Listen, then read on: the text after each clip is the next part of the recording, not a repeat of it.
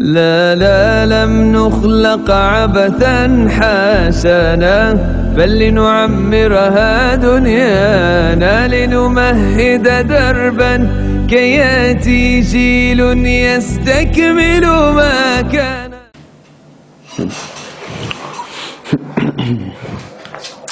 ازيكم يا شباب، عاملين ايه؟ يا رب تكونوا بخير وتكونوا باحسن حال وتكون كل اموركم تمام. منورين الدنيا وكل اموركم تمام. ذاكرتوا ولا ما ذاكرتوش؟ شكلكم كده يقول ان انتوا ما ذاكرتوش. المهم احنا باذن الله بننطلق النهارده في الجزء الثاني من الكارث، وبنحاول ان احنا كده نختمه على خير ان شاء الله. هناخد النهارده 4 عناوين مهمه باذن الله، مش هنطول في الحصه ما تقلقوش، عشان بس تبقوا بتسمعوا المحاضره كده وانتوا اموركم تمام. ان شاء الله الحصه مش هتاخد ساعه بالكتير. هنتكلم النهارده على ايه؟ هنكمل الايتيولوجي بتاع الكيرس، وهنكمل باذن الله الدنتال بلاك، وهناخد اخر حاجه الاكسبيرمنتس. بعت لكم الهاند اوت علشان تقدروا ان انتوا تطبعوها وتذاكروا منها ان شاء الله. بدايه من الحصه الجايه هتبقى الحصه برضو فري، بس هتبقى موجوده على الابلكيشن مع حصه الحل بتاع الشابتر بتاع الدنتال كيرس من كتاب الاسئله اللي احنا عاملينه، مع الانتراكتيف ريلز بقى اللي انتوا هتلاقوها كلها متواجده على الابلكيشن، بالاضافه كمان لكل الريلز اللي احنا بننزلها زي مثلا فكره وسؤال او التجميعات اللي احنا هنعملها. فهيتبعت لكم اللينك بتاع الابلكيشن ان شاء الله مع الفيديو ده، بحيث ان انتوا تقدروا تنزلوه، بحيث ان انتوا تقدروا تشوفوا المحاضره الثالثه باذن الله اللي هي هتبقى بعد بكره على طول. طيب تعالوا كده افكركم احنا قلنا ايه في الكيرس المره اللي فاتت. احنا طبعا اتكلمنا على الكيرس المره اللي فاتت. اول حاجه عرفنا الديفينيشن، وقلت لكم اهم حاجه عشان تقدر تختم الشابتر ده كويس ان انت لازم تاخد الشابتر ده على هيئه عناوين، صح ولا لا؟ يا دكتور. يبقى اذا اول حاجه احنا اتفقنا عليها ان ايه هو الديفينيشن بتاع الكيرس، وعرفنا ان هو لوكالايزد، عرفنا ان هو مايكروبيال، عرفنا ان معاه دي مينراليزيشن ليه الاورجانيك، وعرفنا كمان ان هو معاه ديستراكشن للاورجانيك. بعد كده اتكلمنا على الكلاسيفيكيشن بتاع الكيرس على حسب السايت، على حسب الستيج، على حسب الريت، يعني على حسب التايم، في اكيوت وعكسه كرونيك على طول، وخدناهم مقارنه مع بعض. بعد كده اخدنا الرامبنت، واخر حاجه ختمنا بيها هو الارستد كيرس. بعد كده اتكلمنا على ايه؟ بعد كده اتكلمنا على الايتيولوجي بتاع الكيرس. يعني من الاخر الكيرس علشان يحصل لابد من وجود اكتر من فاكتور مع بعض. يعني انا كهوست او كمستضيف للبكتيريا لازم يكون عندي سنه، ولازم يكون عندي ايه؟ لازم يكون عندي سلايفا. السنه بتاثر باكتر من حاجه، مورفولوجي وسايت والكلام ده كله. بعد كده اتكلمنا على السلايفا، وعرفنا ان السلايفا بتاثر برضو باكتر من حاجه، ساليفري جلايكوبروتين وبافرنج اكشن او بافرنج سيستم. كل الحاجات دي اتكلمنا عليها. بعد كده ختمنا خلاص الصفحه دي وخلصناها الحمد لله، وقلت لكم ان دي يعتبر صفحه بتساوي 10 ورقات في الهاند اوت بتاعت الكليه. النهارده بقى يا شباب باذن الله هنتكلم على ايه؟ هنكمل الجزء بتاع البكتيريا، وهنتكلم ونختم اخر حاجه في الايتيولوجي وهو الجزء بتاع الكربوهيدرات. طب تعالوا نبدا كده بالجزء بتاع البكتيريا، وبالظبط مش هياخد مننا 5 دقائق، يلا واحده واحده كده وبالراحه. يبقى اذا انا دلوقتي هتكلم على تاني حاجه يا شباب، وهو الايجنت او البكتيريا. وتعالوا كده نحط نفسنا ونسال نفسنا سؤال مهم قوي. تعالوا نتخيل ان احنا البكتيريا اللي موجوده في البق، اللي المفروض ان هي هتشتغل على الكربوهيدرات او النشويات، وبناء عليه تقدر تعمل لنا تسوس. لو انا سالتك واحنا قاعدين بندردش كده، احنا خلاص بكتيريا، تتوقع ايه هي الصفات اللي المفروض تكون عندنا علشان نقدر نعمل عمليه الكيرس دي في السنه؟ ها ايه الصفات؟ تقول لي يا دكتور بص، اول حاجه لازم انا كبكتيريا هعمل تسوس لازم اكون قادره ان انا اعمل اسيدز. اقول لك برافو عليك، ما هو كده كده الاسيدز دي هي اللي هتكون مسؤوله عن عمليه التسوس ولا لا؟ هي اللي هتكون مسؤوله عن عمليه التسوس. يبقى اذا اول حاجه انا كبكتيريا لازم اقدر اعمل اسيدز. طب مش بس كده، هو انا مش طالما عملت اسيدز لازم اقدر اعيش في الاسيدز دي ولا لا؟ يا دكتور لازم البيئه اللي حواليا اكون قادر ان انا اعيش فيها كبكتيريا. اقول لك برافو عليك. طيب غير كده انا كبكتيريا طالما عندي اكل هقدر ان انا اكله، يبقى لازم اخزن جوايا شويه اكل، لان انا ما ادراش بالظروف اللي بعد كده، ما ادراش الشخص ده ممكن يامن نفسه، ممكن يبدا يغسل سنانه. يبقى اذا انا عايز احط ستورج جوايا من الكربوهيدرات يحميني وقت الايه؟ وقت الشده، مش وقت الرخاء. مش بس كده. طيب دكتور، غير الاستورج بتاع البكتيريا انا كمان كبكتيريا لازم اقدر اطلع شويه سكر بره علشان اقدر امسك مع السنه. هو انا همسك مع السنه ازاي؟ انا كبكتيريا ازاي هقدر اروح اقوم مطلع ايديا ولازق في السنه؟ لازم اخرج شويه سكروز او شويه سكر بره او شويه شوجر او بوليساكرايدز تقدر تخليني او تعتبر هي ايديا اللي هقدر امسك بيها فين؟ هقدر امسك بيها في السنه. يبقى اذا عندنا شويه صفات لازم نكون متفقين فيها، ان انا انتج اسيدز، اعيش في الاسيدز، ان انا اقدر اخزن جوايا سكر يحميني وقت الشده لما ما يكونش في اي اكل، وان انا اقدر احاول بقدر الامكان اطلع شويه اسيدز او اطلع شويه سكر اقدر امسك فيهم في السنه. يبقى اذا من الاخر بقى لو انا جيت سالتك طيب هل بالضروره كل البكتيريا اللي بتعمل تسوس لازم يكون عندها الصفات دي؟ تقول لي لا يا دكتور مش بالضروره. طيب قبل ما نتكلم عن كل بكتيريا والصفات بتاعتها ايه، تعالوا نختم الكرايتيريا العامه اللي المفروض تكون موجوده في كل نوع بكتيريا. يلا واحده واحده. احنا اتفقنا اول حاجه ان لازم البكتيريا تكون قادره تنتج اسيدز. يعني ايه؟ يعني من الاخر كده تعمل، احنا قلنا برودكشن يعني ايه؟ يعني جينيسيس. يبقى لازم تكون البكتيريا اسيدوجينيك. طيب دكتور لازم تعيش في الاسيدز، يعني تعيش في انفايرمنت فيها اسيدز، يبقى اسمها اسيديوريك. مش بس كده، احنا اتفقنا دكتور بقدر الامكان تكون قادره تطلع شويه سكر عشان تمسك مع السنه، ومش بس كده وتقدر تحاول تنتج سكر جواها تخزنه علشان وقت الشده لو ما بقاش فيه سكر. يبقى تطلع اكسترا سيلولار بوليساكرايدز. ماله الاكسترا سيلولار بوليساكرايدز ده يا شباب؟ ها وظيفته ايه؟ وظيفته ان هو يقدر يعمل لي ادهيجن مع السنه. طيب النقطه الثانيه ان هي تقدر تستور الانرجي او الانترا سيلولار بوليساكرايدز يكون جواها. طيب دكتور طالما البكتيريا قدرت تطلع اكسترا سيلولار بوليساكرايدز هتقدر تعمل لي ادهيجن مع السنه، يعني هيكون عندها اتاتشمنت ميكانيزم. وطبعا كل ده اكيد معناه ان انا هاخد السكر اللي هو دخل لي من بق العيان ده واعمل له فيرمنتيشن، ابدا ان انا اخمره بحيث ان انا اقدر اطلع منه الاسيدز بتاعتي. ومين هو طبعا الاسيد الاساسي اللي البكتيريا بتقدر تستخدمه وبتقدر تعمل لي بيه ديمينراليزيشن؟ هو اللاكتيك اسيد. يبقى اذا بمنتهى البساطه ايه هي المواصفات؟ دكتور انا مش هقدر احفظ الكلام ده كله، اديني كلمه كده تبقى كي وورد ما بيننا. ها كلمه ايه؟ حد عارف مغربي؟ حد بيتكلم مغربي شويه؟ دكتور بنتكلم مغربي. كلمه بزاف يعني ايه بزاف؟ بزاف معناها كتير بالمغربي. يبقى اذا كلمه بزاف اللي انا حاططها لك دي هي عباره عن برودكشن اوف اسيدز، حرف البي اس اس اس. اعيش في الاسيدز، اقدر انتج اكسترا وانترا بوليساكرايدز، وايه يعني اعمل ادهيجن، واخر حاجه طبعا ان انا اعمل فيرمنتيشن للشوجر وانتج له لاكتيك اسيد. هي دي بالظبط يا شباب الطريقه اللي بيتم بيها انتاج الكيرس. طيب دكتور انت كده عرفتنا المواصفات بتاعت البكتيريا، ابدا بقى كلمنا على كل نوع بكتيريا لوحده. ايه هي انواع البكتيريا اللي بتعمل لي كيرس؟ وقلتها لكم المره اللي فاتت في الجزء بتاع الانتي بكتيريال اكشن. عندنا نوعين من البكتيريا يا شباب. اول واحده ودي طبعا اهم واحده هنتكلم عليها اللي هي الستريبتوكوكس ميوتنس او اس ميوتنس. نمسك كلمه كلمه عشان نقدر نعرف هي بتدل على ايه. اول حاجه لما اقول لك ستريبت، انت شاطر من الميكروبيولوجي وعارف ان ستريبت معناها ايه؟ معناها ان شكلها مدور. طب ميوتنس يا دكتور، ميوتنس دي جايه من ايه؟ ميوتنس يا شباب جايه من كلمه ميوتيشن، يعني من الاخر كده طالما هي بتقدر تعمل ميوتيشن او بتقدر يكون عندها طفره يبقى بتقدر تغير من ايه؟ بتقدر تغير من شكلها. يبقى اذا الستريبتوكوكس ميوتنس سميناها كده ليه؟ اولا يا دكتور لان هي بتقدر تشفت من الشكل الراوند ده تحت البي اتش المختلف، يعني تتحول لايه؟ لرود او تتحول لشكل مطول شويه. ارجعوا بقى للميكروبيولوجي. طيب دكتور لو سمحت انا الاوان ان انا اسالك سؤال، هي الستريبتوكوكس ميوتنس هل هتبقى واخده كل الصفات بتاعه الاسيدوجينيك بكتيريا او الكريوجينيك بكتيريا اللي بتعمل كيرس؟ هقول لك هو فعلا الستريبتوكوكس ميوتنس بتاخد العلامه الكامله، ودي هتبقى كي وورد ما بيننا. يعني ايه بتاخد العلامه الكامله؟ يعني من الاخر كده الستريبتوكوكس ميوتنس واخده علامه صح في كل الكرايتيريا اللي احنا قلناها. دكتور مش فاهم، يعني تقصد ان هي واخده علامه صح في كلمه بزاف المغربي؟ برافو عليك. يعني من الاخر كده بتقدر تنتج لنا اسيدز، مش بس كده وبتعيش في الاسيدز او البي اتش القليل، مش بس كده بتقدر تخزن طاقه جواها وتطلع سكر لبره عشان تقدر تمسك مع السنه.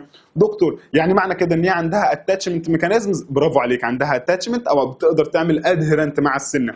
يبقى اذا لو انا جيت سالتك ايه هي صفات البكتيريا اللي اسمها ستريبتوكوكس ميوتنس؟ اسيدوجينيك اسيدوجينيك، اسيديوريك اسيديوريك، وبناء عليه بتقدر تعيش في بي اتش قليل. دكتور هل عليا الرقم يعني؟ عليك الرقم للاسف. دكتور احفظه ممكن يجي في الامتحان، ممكن يجي في الامتحان. كام بقى البي اتش اللي بتقدر تعيش فيه؟ 4.5، وبالتالي ده بي اتش قليل قوي تقدر تنتج فيه عمليه الكيرس. طيب دكتور ايه اخبار الاكسترا سيلر بوليساكرايدز؟ يعني ايه هو السكر اللي هي بتقدر تنتجه بحيث ان هي تقدر تلزق فيه على السنه؟ هنحفظهم وهناخدهم بالظبط بعد 5 دقائق. اسمهم ديكستران وليفان. يعني من الاخر كده يا دكتور بالراحه بس عشان ايه ما توهش منك، انت تقصد تقول ان انا كشخص لما اجي اكل مثلا توفي او اكل اي حاجه مسكره، اشرب عصير، اكل اي حاجه مسكره، بتبدا البكتيريا الخبيثه دي ان هي تاخد السكر اللي انا دخلته وتبدا تصنع منه طاقه لنفسها تخزنها وقت الرخاء بحيث ان هي تنفعها وقت الشده.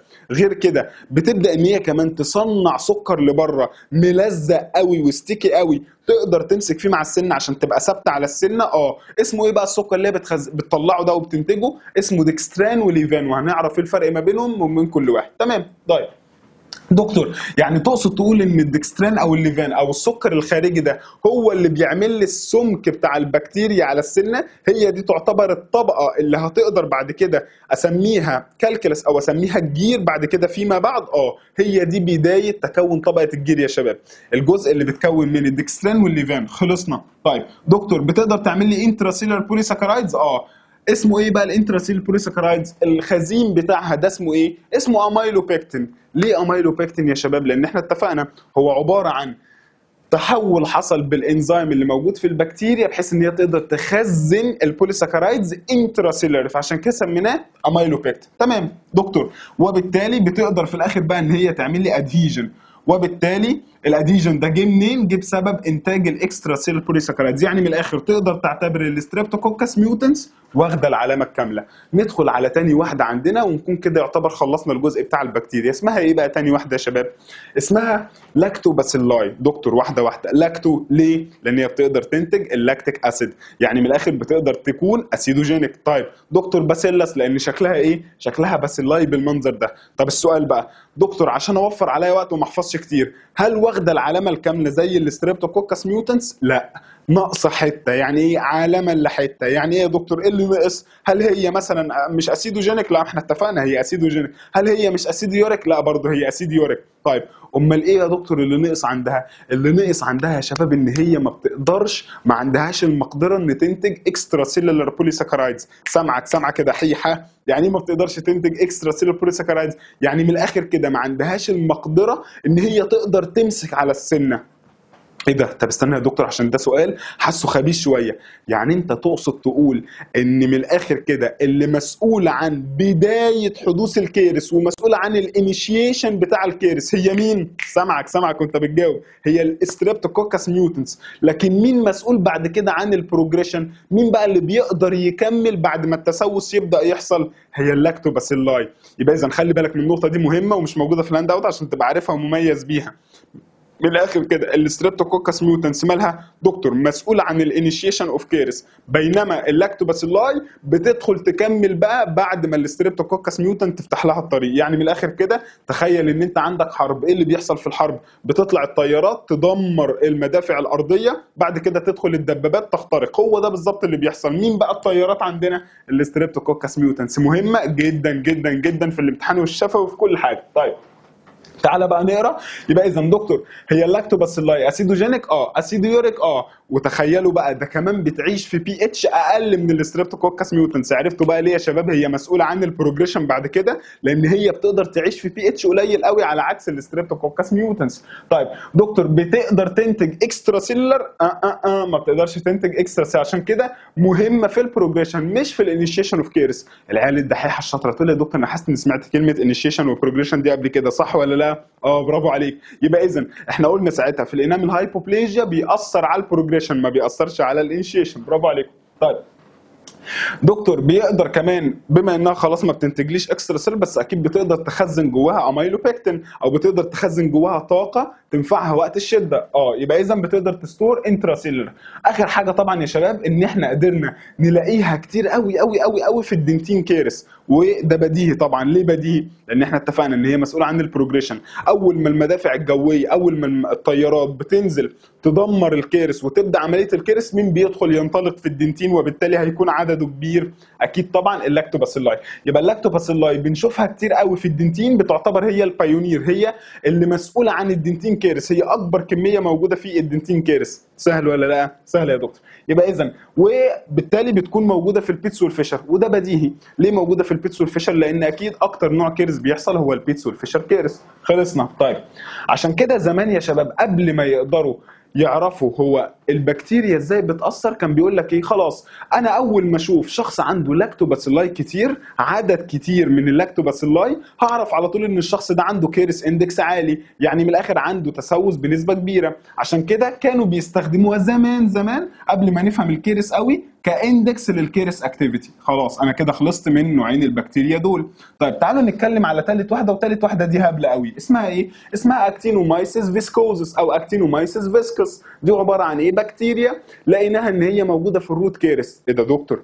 طيب يعني مش موجوده يعني في السموث سيرفيس ولا موجوده في البيتس والفيشر؟ لا، ما لقيناهاش موجوده في الاثنين دول، لانها بس موجوده اول ما بيبدا يحصل جينجيفال ريسيشن ويبدا الروت يكون اكسبوزد للاورال انفايرمنت وظاهر للاورال انفايرمنت، لانها بتقدر تروح تمسك على السيمنتم وتقدر تخترق السيمنتم. يعني من الاخر كده السؤال الام سي كيو اللي بيجي فيها: دكتور الاكتينومايسيس بتظهر فين؟ بتظهر في الروت كيرس بس. كده خلصنا يا شباب من ثالث حاجه عندنا وهي البكتيريا. دكتور سهله ولا صعبه؟ قول لي انت بقى. طبعا سهله، صح ولا لا؟ برافو عليك. يبقى اذا البكتيريا زي ما احنا قلنا عايز تذاكرها صح، اعرف الكرايتيريا بتاعت اسيدوجينيك اسيديوريك، تخزن سكر عشان وقت الشده، تطلع سكر عشان تقدر تمسك. وقلنا مين اللي بيعمل الموضوع ده؟ الستريبتوكوكس ميوتنس. وبالتالي هتقدر تادهير، وبالتالي تقدر تحول السكر للاكتيك اسيد. يبقى اذا كلمه بزاف خلصت الموضوع ده. هنتكلم بقى يا شباب في 5 دقائق ونختم رابع واخر حاجه عندنا في الايتيولوجي وهو الكربوهيدرات. يعني ايه؟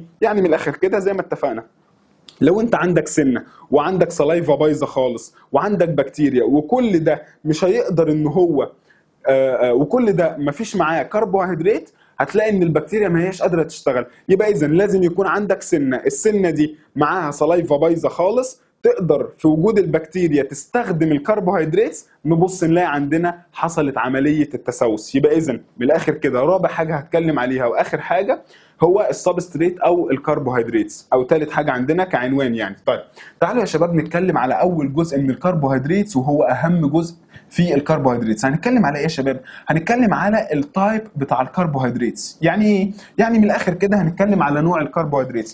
وانت شاطر وعارف، وتعالى افكرك من البايوكيمستري. احنا كان عندنا كام نوع من الكربوهيدرات يا دكتور؟ بص، انا كان عندي حاجه اسمها مونوساكرايدز، يعني نوع واحد من السكر بعدد قليل خالص، واحده من السكر، يا جلوكوز يا فركتوز وهكذا. طيب ده النوع الاولاني مونوساكرايدز. وكان عندي يا دكتور حاجه اسمها دايساكرايدز، يعني نوعين من السكر ماسكين مع بعض، مثلا جلوكوز وفركتوز بيمسكوا فيعملوا لي سكر اللي احنا بنستخدمه في الاكل اللي اسمه السكروز او السكروز شوجر، اللي هو سكر المائده او سكر الطعام اللي احنا بنحطه في الشاي وفي اي مشروب بنشربه. طيب دكتور لو كان الموضوع بقى كبر قوي مني وبقت سلسله كبيره قوي فيها اكتر من نوع من السكر، ساعتها كنت بسميها بوليساكرايدز. اقول لك برافو عليك. طب تعالى قبل ما نقرا الكلام اللهبل ده اسالك سؤال بسيط نخلص بيه كل حاجه في السكر. لو انا جيت قلت لك مين هي نوع السكر او ايه هو نوع السكر اللي البكتيريا تقدر تستخدمه وتكسره بسهوله، وبالتالي تقدر تطلع منه طاقه كبيره تخزن منه وتمسك فيه على السنه؟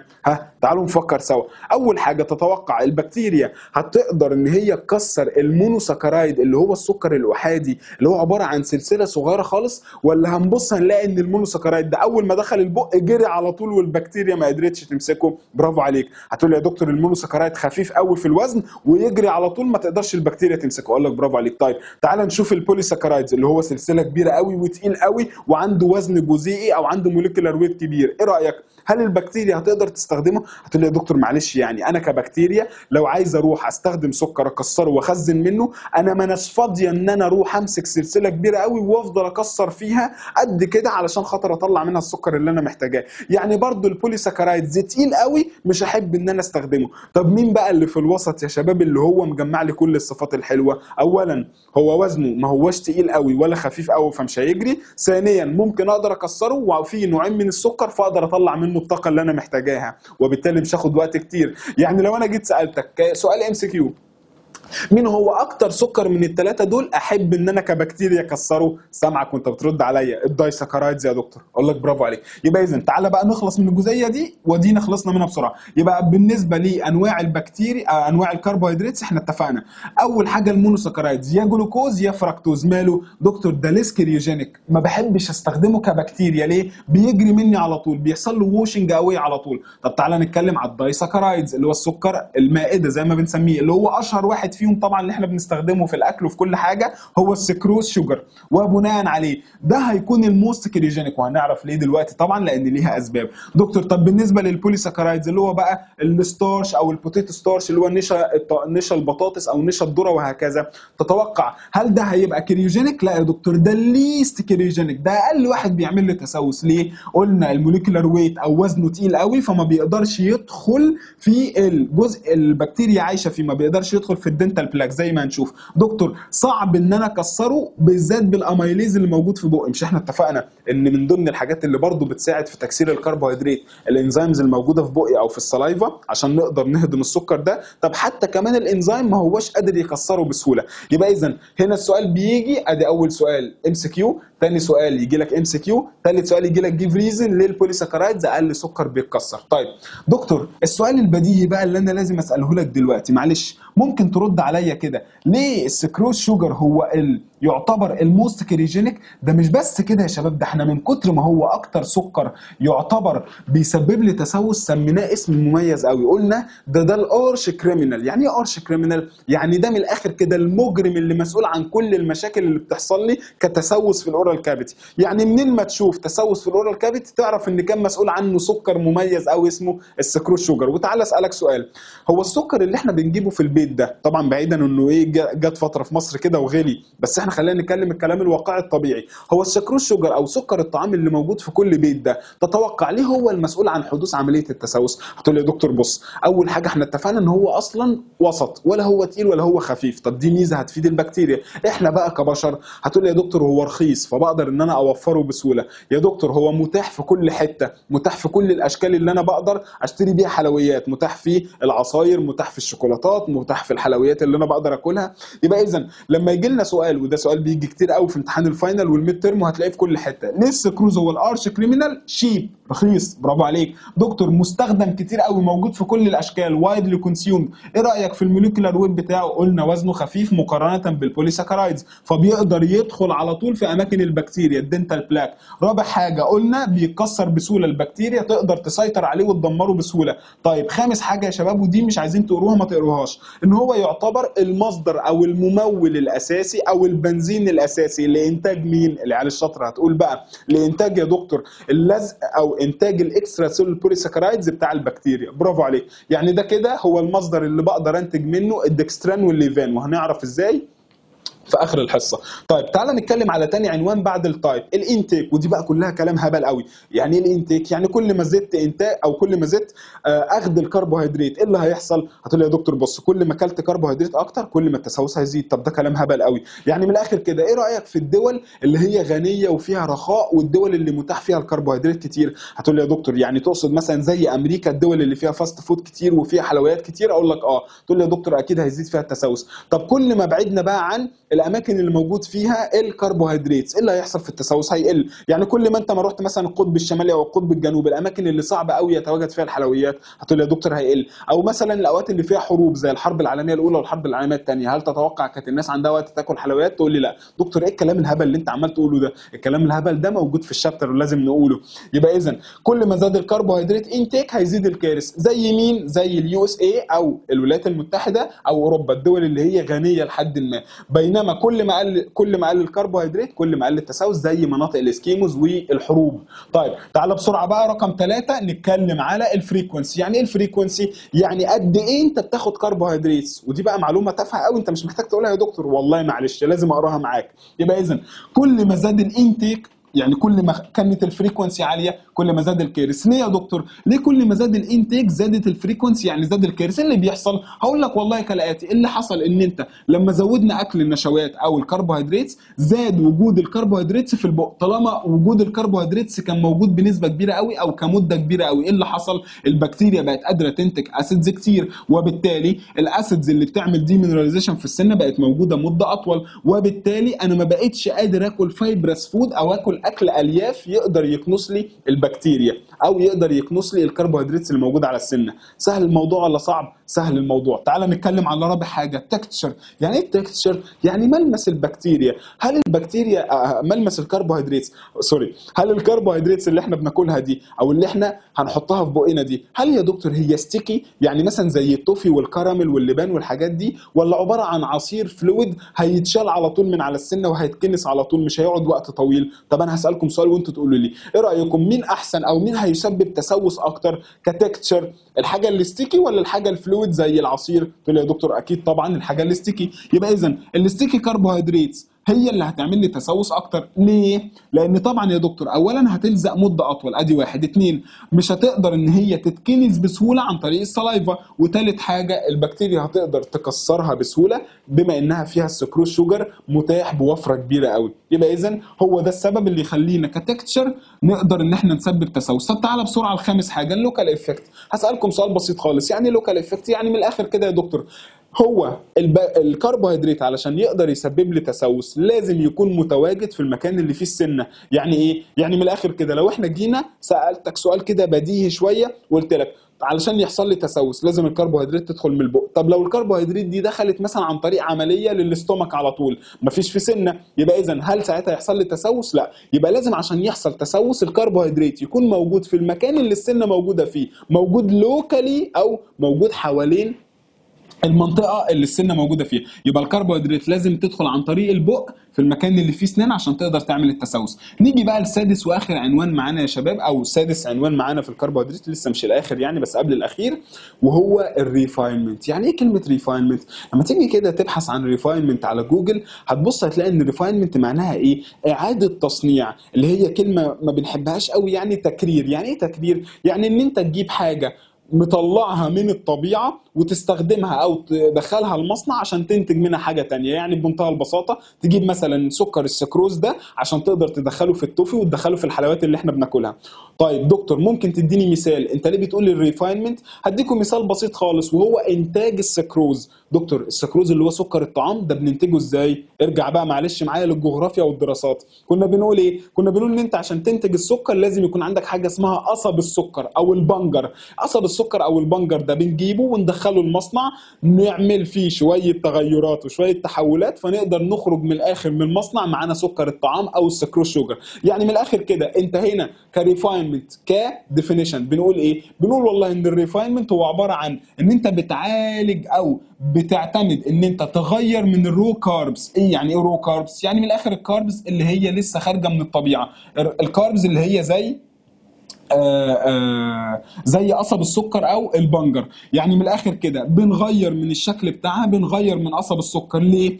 عشان نخليه محلى اكتر، نعمل منه سكر السكروز اللي احنا اتفقنا ونخليه وايتر فيقدر يكون مريح للعين. ايه ده دكتور؟ يعني تقصد تقول ان الدول الخبيثه او المصانع الخبيثه بدل ما تخلي السكر الطبيعي كده موجود في الطبيعه ونقدر نستخدمه قدرت تعمل الموضوع ده عشان تزود من الارباح بتاعتها؟ هو ده بالظبط اللي بيحصل. يبقى اذا زي السجاير بالظبط، السجاير بنحط فيها شويه حاجات لذيذه كده نغير من لونها نخلي ريحتها بقدر الامكان حلوه، فراوله شوكولاته مش عارف ايه. ليه؟ عشان نخلي الناس تقدر ان هي تستخدمها فارباحي كمصنع تزيد، وبالتالي دي حاجه وحشه جدا. يبقى الريفاينمنت انا وظيفتي ان انا اخلي السكر سويتر محلى اكتر، اخليه وايتر يعني اخليه لونه ابيض عشان يكون مريح طبعا كده في السب كونشسلي. وثالث حاجه ان انا اشيل منه الفايبرس كومبوننت، اشيل منه اي الياف موجوده، وبناء عليه انا كده دمرت السكر ده خالص، ما خليتش منه اي افاده موجوده، وبالتالي زودت منه انتاج الكيرس برودكشن. برافو عليكم. طيب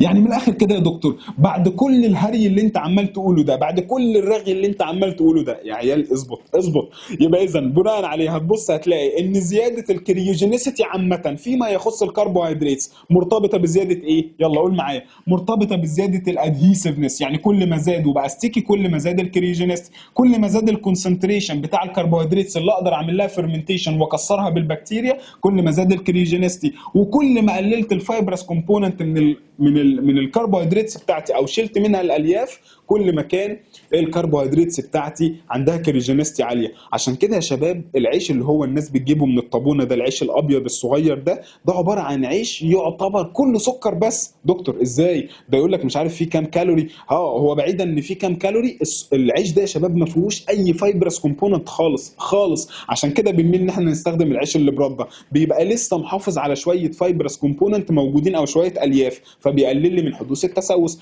طيب تعالى بقى نتكلم عن اخر حاجه في الكربوهيدرات ونختم بيها. دكتور معلش، هو بس انت عمال تتكلم وتقول لي اكسترا سيلولار بوليساكرايدز وانتاج سكر البكتيريا هتقدر تستخدمه وتلزق فيه على السنه. ممكن بقى توضح لي اكتر معلش عشان اختم الكربوهيدرات، ايه هو الديكستران والليفان؟ طب بص يا شباب واحده واحده وبالراحه، عشان اقدر اشرح لكم الديكستران والليفان لازم ارجعكم لنقطه ورا معلش تخص السلايفا. احنا اتفقنا يا شباب السلايفا علشان تقدر تحمي السنه بتطلع طبقه بروتين او طبقه ساليفري جلايكوبروتين بتروح تقعد على السنه. تقول لي يا دكتور تمام، كلام بسيط ومفهوم وقلته لنا المره اللي فاتت. اقول لك برافو عليك. وبناء عليه ادي طبقه الساليفري جلايكوبروتين موجوده على السنه اهو. اتفقنا هل البكتيريا هتسيب الطبقه دي؟ قلنا يا دكتور لا مش هتسيب الطبقه دي. هتعمل ايه؟ هتروح معلش يا شباب طبعا الاخ عبد الرحمن الكاميرا وقفت منه فهنستكمل معلش. طيب كنت بكمل لكم قبل ما نقف اني بعد ما الساليفري جلايكوبروتين موجوده على السنه، قلنا هيبدا يحصل كوميونيكيشن او هيبدا يحصل اتصال ما بين البكتيريا وما بين الطبقه دي. وطالما هيحصل اتصال ما بين البكتيريا وما بين الطبقه دي، هل بقى الطبقه دي طالما البكتيريا بقت موجوده عليها هل بقت اسمها ساليفري جلايكوبروتين؟ لا يا دكتور ما بقتش اسمها ساليفري جلايكوبروتين. بقت اسمها ايه بقى يا شباب؟ بقت اسمها اكوايرد انامل بيليكل. يعني ايه بيليكل؟ يعني طبقه، ويعني طبقه لازقه. ليه؟ لان البكتيريا قدرت تمسك عليها فبقت لازقه على الانامل. يبقى خلي بالك بقى علشان المسار ده هيفرق معانا قوي في الورقه اللي جايه ونخلصها على طول. تقول لي يا دكتور ايه عايز تقول ايه؟ عايز اقول لك من الاخر كده ان الساليفري جلايكوبروتين اللي كانت موجوده على السنه اللي هي تعتبر طبقه حمايه وعندها الكالينيتي عاليه، اول ما البكتيريا بتقدر تروح تمسك معاها وتعمل لي كونكشن بقت اسمها اكوارد انامل بيليكل. طيب دكتور ادي البكتيريا هو ماسكه على ماسكه على الساليفري جلايكوبروتين، هل البكتيريا دي بتسكت؟ لا يا دكتور البكتيريا دي ما بتسكتش. قلنا بتعمل ايه؟ بتبدا ان هي تصنع اسيدز تخزن جواه شويه سكر وتطلع كمان سكر لبره ملزق اكتر فيزود لك سمك الطبقه دي. بدل ما يكونوا لازقين على بعض كده بقت الطبقه دي قد كده.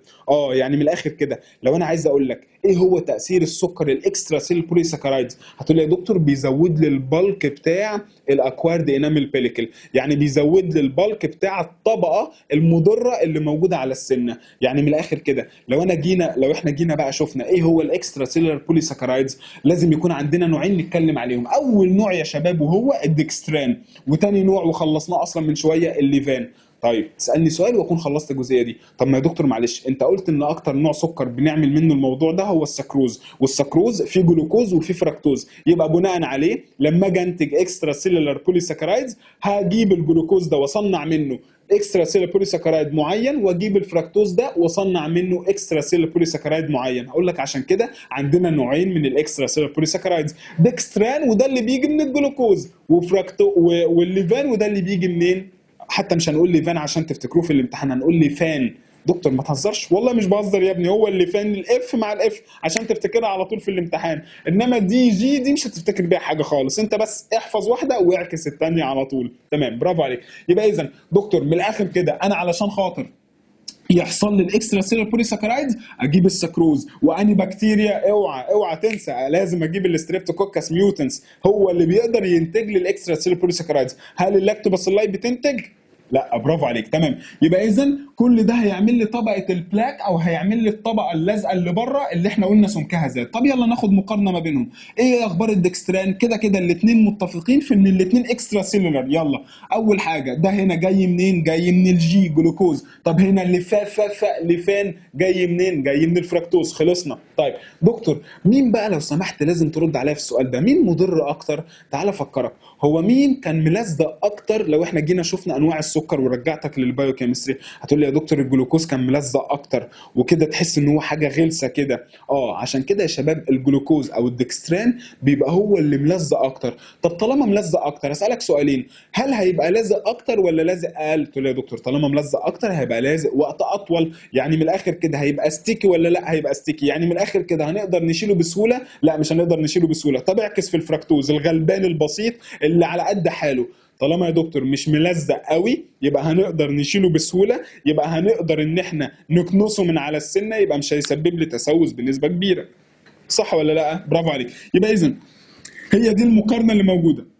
تعال نشوف بقى. يبقى هنا ده جاي من الجلوكوز اكسترا سيلر، جاي من الفركتوز. ده ووتر انسولبل ما بيدوبش بسهوله في السلايفا ولا بيتكنس بسهوله. ليه؟ لانه هايلي ادهيسيف. بينما هنا ووتر سولبل بيتكنس وبيدوب بسهوله في السلايفا وبالتالي ليس ادهيسيف. ده هنا ما بنقدرش السلايفا ما بتقدرش تدمره بسهوله، ريزيستنت تو ديجريديشن ما يقدرش يتكسر. لكن هنا رابيدلي بروكن بيتكسر بسهوله ويتكنس على طول. وبالتالي مين اللي بيعمل لك البالك بتاع الدنتال بلاك؟ مين اللي بيعمل لك المحتوى الكبير قوي ده بتاع الدنتال بلاك؟ تقول لي يا دكتور اكيد الدكستران. طيب تعالوا بقى نتكلم عن اخر حاجه عندنا في الكربوهيدرات. دكتور طب قبل ما نتكلم احنا ايه العناوين اللي خدناها؟ ازعل منك بقى. اول حاجه خدنا التايب اوف شوجر، ثاني حاجه خدنا الانتيك كل ما زاد الانتيك، بعد كده اتكلمنا على الفريكوانسي وقلنا الفريكوانسي كل ما زادت يعني كل ما زاد الاسيدز، كل ما زاد وجود البكتيريا اكتر كل ما زادت الاسيديتي والديمينراليزيشن. خلصنا. بعد كده اتكلمنا على ايه؟ بعد كده اتكلمنا على الريفاينمنت طبعا كعنوان مهم قوي بيجي منه اسئله كتير، واتكلمنا بعد كده على طبعا الجزء بتاع التكتشر واللوكال افكت. تمام. طيب اخر حاجه بقى هنتكلم عليها يا شباب وهو الهاني. يعني ايه الهاني؟ العسل، زيك انت كده يا عسل، ها اوعى تنسى. طيب يبقى اذا عندنا الهاني او العسل. الهاني ده بقى لو انا جيت سالتكم اول حاجه دكتور الهاني كده كده من غير ما تتكلم ده مركب طبيعي جاي من الطبيعه يبقى اكيد ما بيسببليش تسوس. اقول لك يا عم اهدى كده عليا وتعالى نفكر واحده واحده.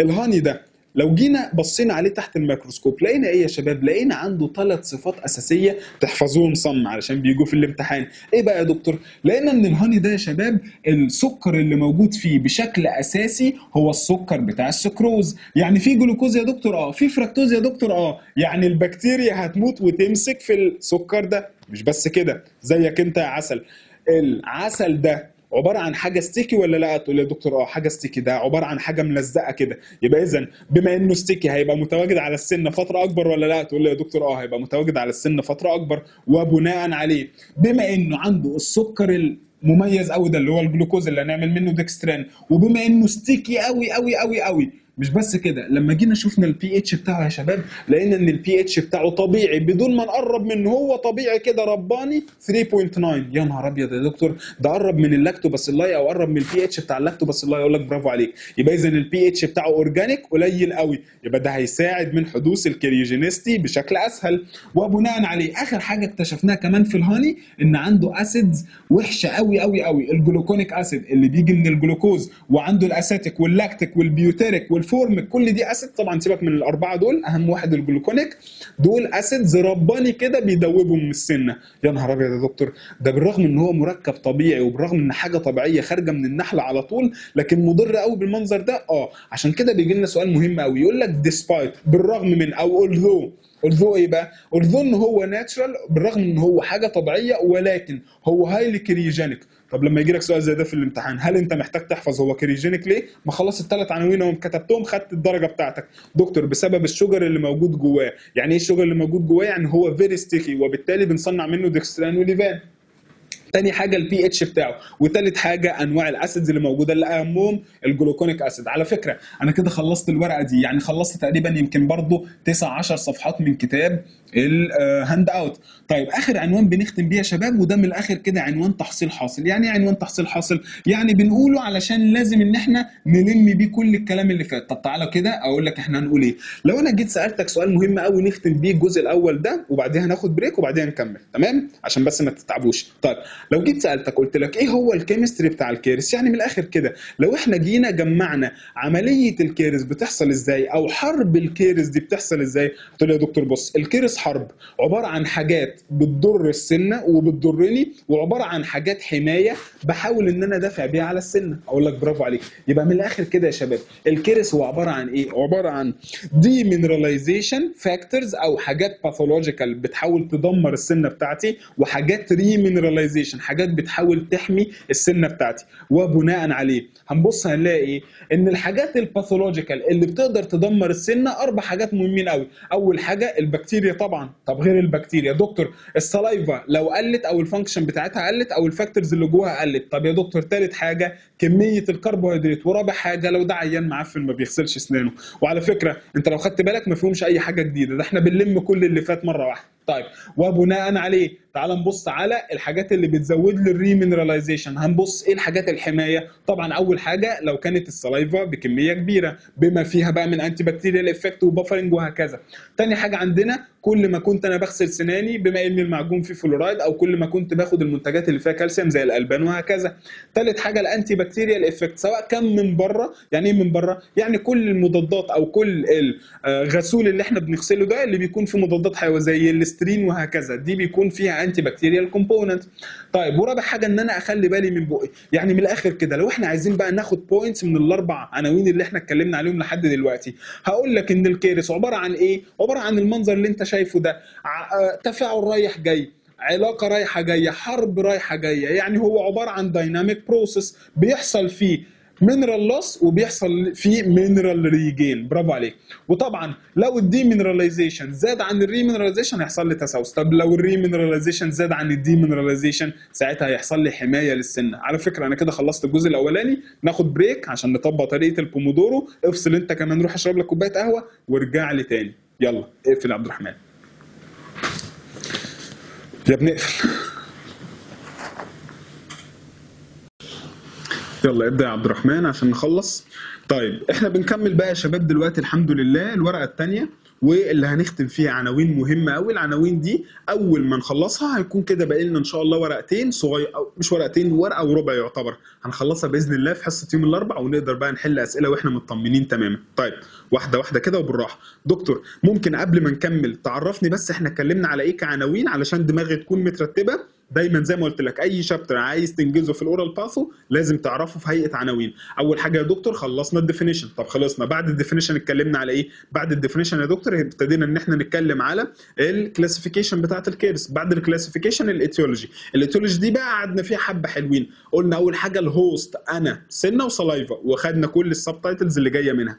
ثالث حاجه اتكلمنا عليها ايه؟ بعد الهوست او بعد التوث والسلايفا اتكلمنا على نوع البكتيريا وخدنا المواصفات بتاعتها بالذات صح، وقلنا عندنا 3 انواع من البكتيريا، ستريبتوكوكس ميوتانس ودي اللي واخده العلامه الكامله. بعد كده العلامه اللي حته اللي هي اللاكتوباسيلاي، وبعد كده الاكتينومايسيس ودي قلنا في الروت كيرس. بعد كده اتكلمنا على ايه اللي هو رقم 3 الفيرمنتابل كربوهيدراتس او الشوجر، وعرفنا ان الشوجر بيأثر في اكتر من حاجه، نوعه، التكستشر بتاعه، الفريكوينسي، الانتيك، قد ايه باخد انتيك على مدار اليوم. وطبعا اخر حاجه ختمنا بيها المقارنه ما بين الدكستران والليفان، وعرفنا كمان ازاي الهاني او العسل يا عسل بيأثر. دلوقتي بقى هنتكلم يا شباب وبمنتهى البديهيه اللي في الدنيا، كان واجب ان احنا نتكلم على الدنتال بلاك. ليه؟ ازعل منك بقى، ما احنا قلنا ان الموضوع انتهى بينا ان البكتيريا الوحشه دي بعد ما انتجت الاكسترا سيلولار بوليساكرايد عملت لي طبقه عباره عن كونكشن ما بينها وما بين الانامل جلايكوبروتين اسمها ايه؟ اسمها اكوايرد انامل بيليكل. فدلوقتي هنتكلم على الدنتال بلاك اللي هو عباره عن تطور الاكوايرد انامل بيليكل. عباره عن ايه؟ عباره عن نمو الاكوايرد انامل بيليكل. فتعالوا نشوف دلوقتي ايه هو الدنتال بلاك. يبقى انا يا شباب لو بمنتهى البساطه عايز اتكلم على ايه هو الدنتال بلاك. وعلى فكره الدنتال بلاك ده مش بعيد عننا. الدنتال بلاك هي الطبقه الصفراء اللي انت لما تيجي تاكل وتسيب بقك ما تغسلوش لمده يوم تبص تلاقي ان في طبقه كده رفيعه قوي متكونه على السنه. دكتور هو ده الدنتال بلاك؟ هو ده الدنتال بلاك، هو ده يا دكتور تطور الاكوارد انامل بيليكل اللي هي عباره عن كونكشن ما بين البكتيريا والجلايكوبروتين. هي دي بالظبط. عشان كده الديفينيشن بتاعها انت مش محتاج تحفظه. هو عباره عن ايه؟ طبقه لازقه قوي على السنه، فيري ستيكي. ستيكي بسبب مين؟ يلا بقى خلاص، بسبب الدكستران. يبقى اذا هي تينيشيس. ايه ده يا دكتور؟ ايه الكلمه الغريبه اللي انا اول مره اشوفها دي؟ عمري ما شفتها. تينيشيس بمنتهى البساطه، عايز تشيلها شيلها، هي معناها ادهيرنت. يبقى تينيشيس هي عباره عن ادهيرنت بايو فيلم. ليه سميناها بايو فيلم؟ لان هي طبقه متكونه من البايو اللي هو بيولوجي يعني من كائن حي اللي هي البكتيريا، وفيلم لان هي طبقه اتكونت على السنه. امتى؟ ما انا قلت لك بقى هتسيب بقك تقريبا يوم. يبقى هي ادهيرنت بايو فيلم اتكون على التوث سيرفس خلال 12 ل 24 ساعه. امتى؟ لما وقفنا ان احنا نغسل سناننا. هيتكون من ايه؟ من جزئين زي ما احنا قلنا، طبقه فيها بكتيريا وطبقه الاكوايرد انامل بيليكل او السليفري جلايكوبروتين. طب بذمتك هل انت محتاج تحفظه؟ لا يا دكتور مش محتاج احفظه، انا كده كده فاهمه. خلصنا. طيب تعالى نتكلم بقى على الميكانيزم او الاليه اللي تكون بيها الدنتال بلاك. دكتور والله مش محتاج ان انا احفظ كتير، انت كده كده قلت لي علشان يتكون لابد من وجود حاجتين. اول حاجه الطبقه اللي اسمها اكوارد انامل بيليكل. طب اسالك سؤال، هل الطبقه اللي اسمها اكوارد انامل بيليكل دي كان فيها اي خلايا؟ كان فيها اي سيلز؟ كان فيها اي بكتيريا؟ لا يا دكتور، دي عباره عن طبقه عباره عن حمايه بس. طيب طبقه الحمايه دي اللي اسمها الاكوارد انامل بيليكل جه مسك فيها مين؟ البكتيريا. يبقى الاليه اللي حصل بيها تكون الدنتال بلاك كان لابد من وجود حاجتين. اول حاجه عندنا هي الاكوارد انامل بيليكل اللي تعرفها ايه بقى لو عايزين نديها تعريف؟ احنا قلنا الاكوارد انامل بيليكل دي السليفري جلايكوبروتين. تمام. تعال نشوف. دكتور هي عباره عن اسيلر يعني ما فيهاش سيلز. دكتور ملهاش شكل معين، هي طبعا جت اترشقت على السنه كده وخلاص. يبقى ستراكشرلس. دكتور اورجانيك ولا ان اورجانيك؟ اوعى تنسى احنا قلنا عباره عن بروتينز يعني حاجه الكلاين قاعده على السنه، يبقى اورجانيك. دكتور فيها بكتيريا؟ لا لسه ما بقاش فيها بكتيريا. وجايه منين؟ جايه من السليفري جلايكوبروتين. طب يا دكتور خلاص كده انا فهمت ان اول حاجه خدناها كتعريف الدنتال بلاك كله، قسمنا الدنتال بلاك ده للطبقه دي وخدنا لها تعريفها الخاص بيها، وبعد كده اتكلمنا على البكتيريا. طب ممكن يا دكتور بقى عشان نختم الجزء ده كله توضح لي وتجيب لي صوره اقدر افهم منها ايه اللي بيحصل بالظبط؟ بصوا كده يا شباب على الصوره دي، لان لو فهمتوا الصوره دي وتخيلتوها اوعدكم كل جزئيه الدنتال بلاك دي خلصت. بصوا كده واحده واحده. ده يا شباب اهو سطح السنه اهو، ده يا دكتور سطح السنه.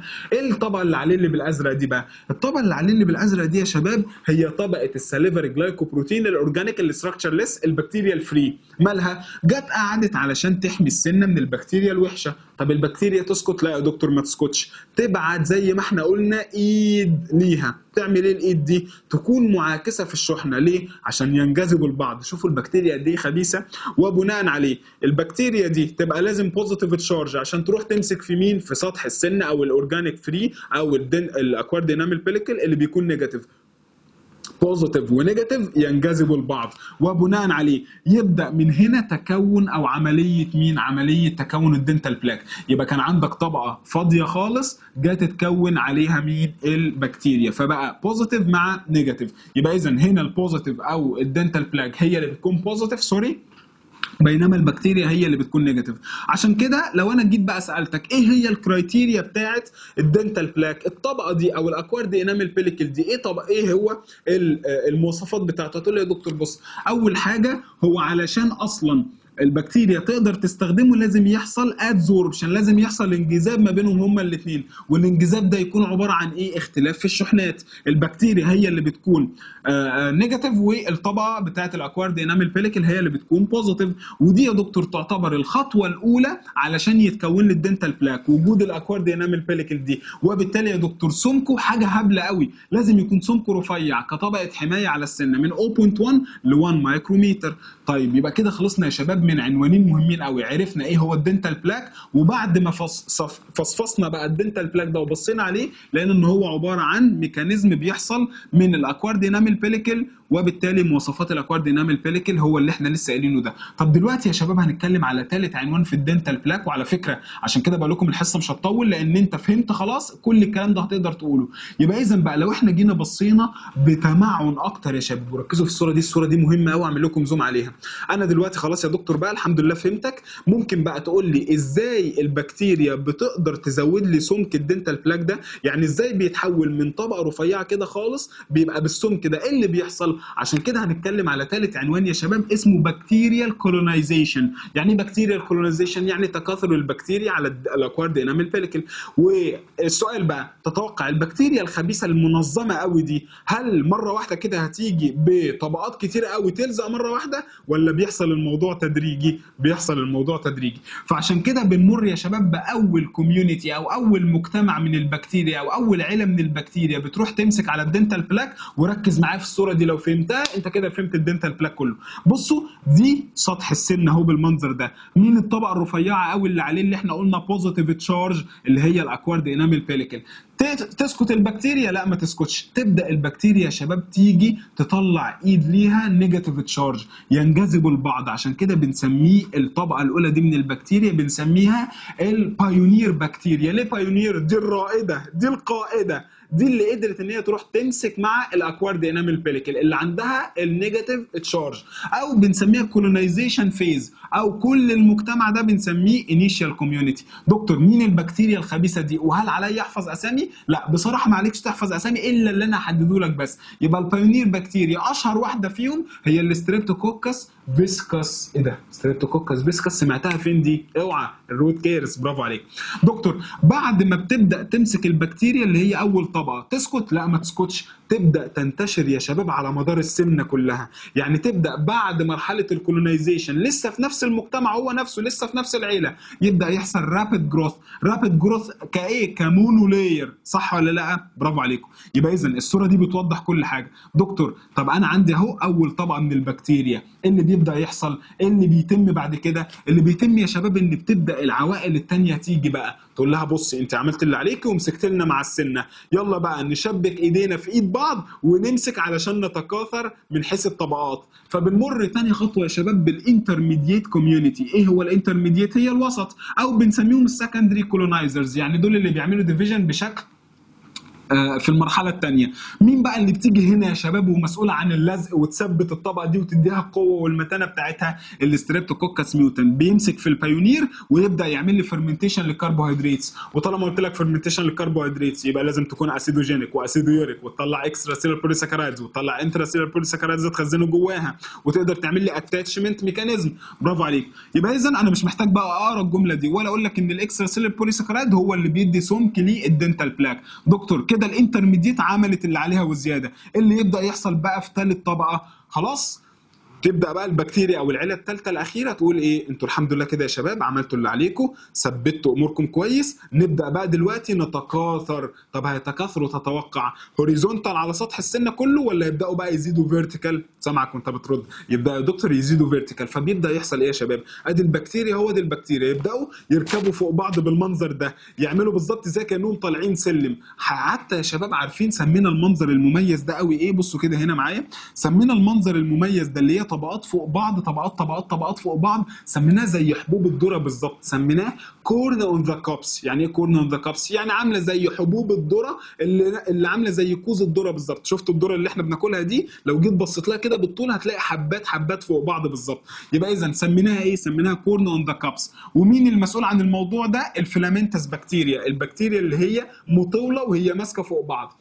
يبقى اذا اخر واحده بقى بعد خلاص الحمد لله من الدنتال بلاك ما نضج، سميناه الماتيور او الكلايمكس. طيب يعني ايه كلايمكس؟ يعني عامل زي حبات الذره بالظبط، او كورن اون ذا كابس. وخلي بالك بقى عشان هنا بيجي سؤال خبيث قوي. لو انا جيت سالتك وقلت لك قول لي لو سمحت هو كلايماكس او الماتيور كوميونتي ده هيكون كده واخد رصه عامله ازاي على السنه؟ تقول لي يا دكتور بص ادي السنه اهي، والطبقات اللي موجوده تحت الانيشال والانترميديت، وادي الكورن اوف ذا كابس او كوز الذره. يعني من الاخر كده يا شباب هتلاقوا ان هو الكورن اوف ذا كابس جاي بيربنديكولار على مين؟ جاي بيربنديكولار على السنه، لكن باراليل لمين؟ باراليل لل الطبقه بتاعه البكتيريا. يبقى من الاخر الطبقات بتاعه البكتيريا اللي في الكلايماكس او في الماتيور كوميونتي بتكون باراليل لبعض، وهم عمالين يتكاثروا ويطلعوا لفوق باراليل باراليل باراليل باراليل، يفضلوا ماشيين كده بشكل طولي، لكن وهم قاعدين على السنه بيكونوا قاعدين بيربنديكولار. دي مهمه قوي. يبقى الطبقات بتاع تاني اهو ثالث مره، يبقى الطبقات بتاعه البكتيريا وهي بتتكاثر لفوق بتكون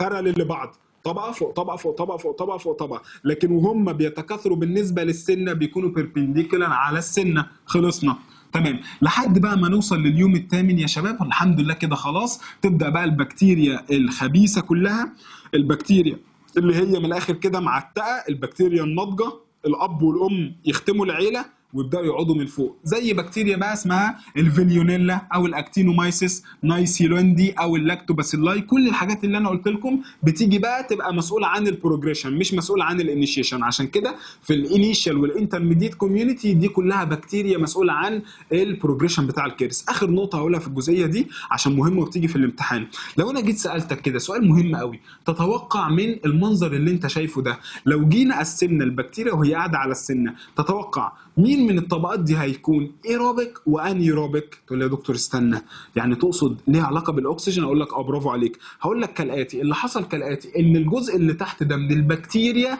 لازم ولابد يكون انيروبيك. ليه؟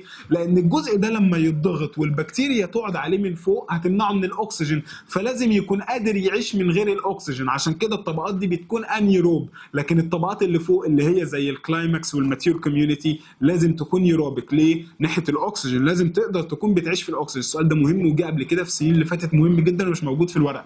طيب دكتور انا كده الحمد لله خلصت البلاك، ممكن تقول لي بقى البلاك ده بيقدر يضر لي السنه ازاي؟ وظيفته ايه؟ ايه المواصفات بتاعت الدنتال بلاك بقى ككل؟ اكيد طبعا الطبقه الكبيره اللي مليانه بكتيريا دي اللي لازقه على السنه هتمنع السلايفا ان هي تغسل السنه، وبالتالي ملزقه قوي وهتعتبر كبارير او كممبرين او كطبقه حمايه تمنع لي اي حاجه تدخل او اي حاجه بنحاول نحمي بيها السنه من ان هي تدخل الطبقه دي، وبناء عليه هتخلي كل الاسيدز اللي عماله يحصل لها فيرمنتيشن محبوسه جوه. يعني من الاخر كده انا بسميها لكم عشان برضو المراجعات تفتكروني، وعلشان لما نتكلم تبقى دي كلمه ما بيننا، ولا بترحم ولا بتسيب رحمه ربنا تنزل. يا ستي طب افتحي لي الطريق انا كصلايفه ادخل، لا مش هتدخلي. طب الله سيبي رحمه ربنا ما تعمليش اسيدز، لا برضه هعمل اسيدز واحبسها جوه.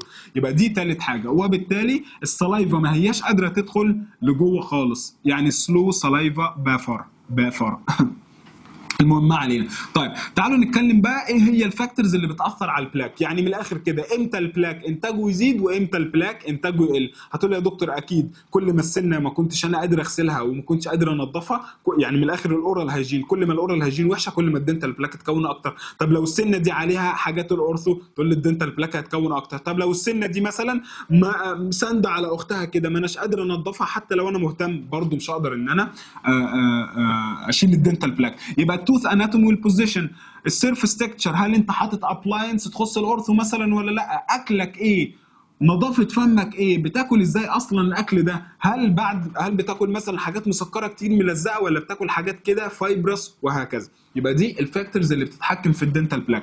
عشان كده يا شباب بيجي لنا دلوقتي بقى تجميعه بنجمع بيها المده الزمنيه اللي بيحصل فيها او الاحداث اللي بيحصل فيها الدنتال بلاك. وعلى فكره عايزين تقروها قروها، مش عايزين ما جاش فيها سؤال خالص قبل كده. يبقى من 0 ل 4 ساعات دي الوقت اللي بيحصل فيه الاكوارد انامل بيليكل فورميشن او الطبقه اللي من خلالها السلايفا بتحاول تحمي بيها السنه. طيب تاني حاجه بعد كده خلال اول يوم بيبدا بقى الانيشال كولونايزرز يكونوا متواجدين على الاكوارد انامل بيليكل، ثم من يوم لاسبوعين بيبدا يحصل الكولونايزيشن او بيبدا يحصل البايونير والكو اجريجيشن ما بينهم لحد ما نمر بالانترميديت كوميونتي فيحصل لنا كو اجريجيشن، ثم بقى اكتر من اسبوعين باذن الله بعد 14 يوم بنوصل للماتيور او الكلايماكس كوميونتي. يبقى انا عايزك تعرف لان من خلال اول يوم بيبدا يحصل اتصال ما بين البكتيريا والاكوارد انامل بيليكل، بعد اسبوعين بنوصل للماتيور او الكلايماكس او الكورن اون ذا كابس. طب انا كده خلصت يا شباب الحمد لله نص الصفحه دي او اتكلمنا على كل ما يخص الدنتال بلاك.